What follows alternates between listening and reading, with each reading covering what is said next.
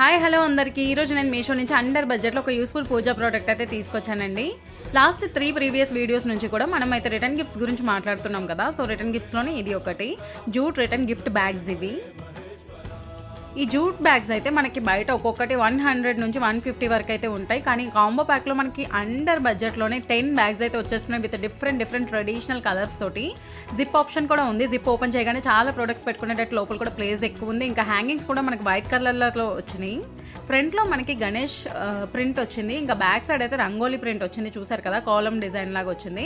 Colours కూడా green, royal blue, sky blue, red, yellow, pink అని మంచి కలర్స్లో అయితే ఉన్నాయి.